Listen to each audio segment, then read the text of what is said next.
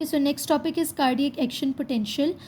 इसमें जो first point है, the resting membrane potential is determined by the conductance to the potassium and approaches the potassium equilibrium potential.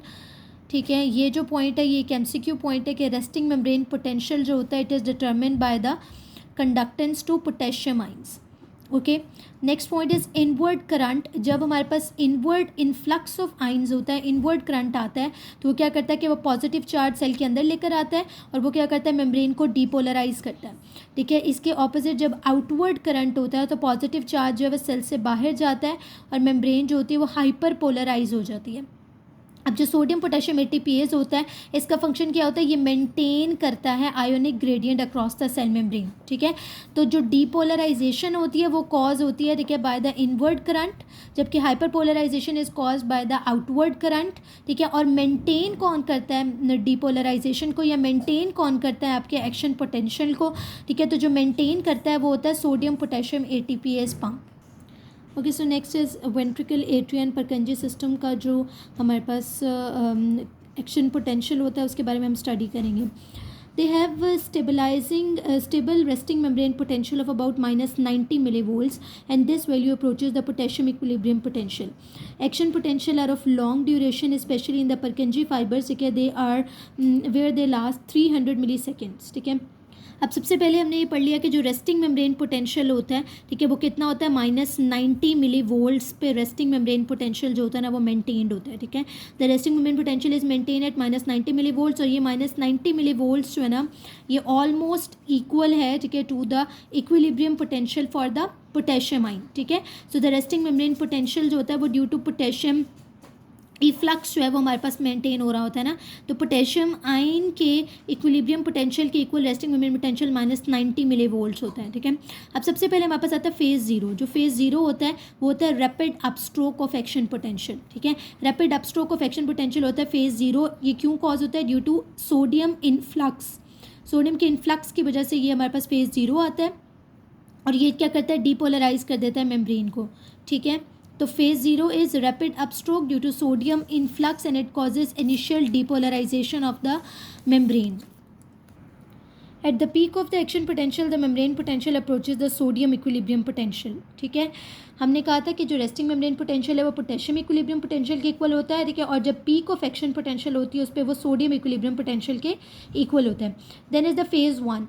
Phase one जो होता है वो initial repolarisation का पीरियड होता है। ये क्यों होता है, by outward current in part because of the movement of the potassium ion out of the cell and in part because of the decrease in sodium conductance. ठीक है, तो जो फेज़ वन या इनिशियल रिपोलराइजेशन होती है उसमें क्या होता है कि आउटवर्ड करंट होता है, यानी पोटेशियम का इफ्लक्स हो रहा होता है और सोडियम की इनफ्लक्स जो है वो कम होती है। ठीक है, पोटेशियम इफ्लक्स हो रहा है, सोडियम का इन्फ्लक्स कम हो रहा है, तो इनिशियल रिपोलराइजेशन होगी। ठीक है, जो फेज़ टू होता है वो प्लेटू phase of the action potential होता है और ये करेक्टरिस्टिक फीचर भी होता है कार्डियक मसल का कि उसका जो एक्शन पोटेंशियल होता है उसका क्या होता है, उसके अंदर एक प्लेटू फेज होता है। देखिए, ये भी एमसीक्यू आता है। अब ये प्लेटू फेज क्यों होता है, it is cause by transient increase in potassium conductance. ठीक है, which result from inward potassium current. Potassium influx की वजह से कैल्शियम इनफ्लक्स की वजह से जो है ना वो हमारे पास प्लेटू एक्शन पोटेंशियल जो है ना वो प्रोड्यूस होता है। During phase two outward and inward current are approximately equal and the membrane potential is stable at the plateau level. ठीक है, इसको अभी हम डायग्राम से मज़ीद क्लियर करते हैं। जो फेज़ थ्री होता है वो आपका रीपोलराइजेशन फेज़ होता है। अब रीपोलराइजेशन कैसे होगी, देखिए, जब पोटेशियम का इफ्लक्स होगा और कैल्शियम का इनफ्लक्स जो है वो डिक्रीज़ हो जाएगा, यानी कैल्शियम की कंडक्टेंस कम हो जाएगी और पोटेशियम की कंडक्टेंस बढ़ जाएगी, तो हमारे पास रीपोलराइजेशन फेज़ हो जाता है। ये वही बात है कि the high potassium conduct results from large outward current of the potassium which hyperpolarizes the membrane और back towards the potassium equilibrium potential हमारे पास membrane potential आ जाती है। और फेज़ फोर अगेन वही resting membrane potential होता है और resting membrane potential जो है वो मेंटेन कैसे होता है, सोडियम पोटेशियम ATPase पंप की वजह से जो है ना वो resting membrane potential मेंटेन हो रहा होता है।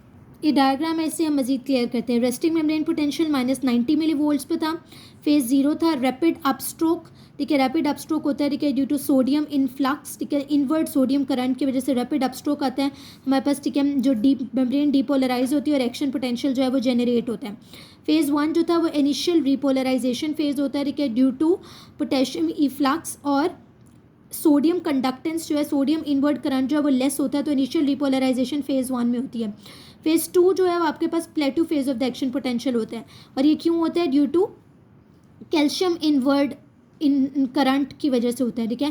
कैल्शियम चैनल्स ओपन होते हैं और कैल्शियम आयन का इन्फ्लक्स होता है, ठीक है, जिसकी वजह से जो है ना वो हमारे पास फेज़ 2 जो है उसमें हमारे पास प्लेटू फेज़ जो है ना वो हमारे पास मेंटेन हो जाता है, ठीक है। और उसके बाद फेज़ 3 जो होता है वो रिपोलराइजेशन फेज़ है। अगेन रिपोलराइजेशन फेज़ में क्या होगा कि सोडियम चैनल तो पहले ही बंद है, ठीक है, पोटेशियम चैनल जो होंगे ओपन हो जाएंगे, पोटेशियम का इफ्लक्स शुरू हो जाएगा और कैल्शियम की इनवर्ड कंडक्टेंस जो है वो कम हो जाएगी, तो रिपोलराइजेशन हो जाएगी। और then this is phase 4। Phase 4 is again the resting membrane potential back towards the resting membrane potential हो जाएगा ड्यू टू पोटेशियम इफ्लक्स। और ये रेस्टिंग मेम्ब्रेन पोटेंशियल पे क्या होता है, जो मेम्ब्रेन पोटेंशियल होता है वो इक्वल होता है to the equilibrium potential of potassium, ठीक है। तो phase zero is depolarization phase, rapid upstroke phase, action potential phase.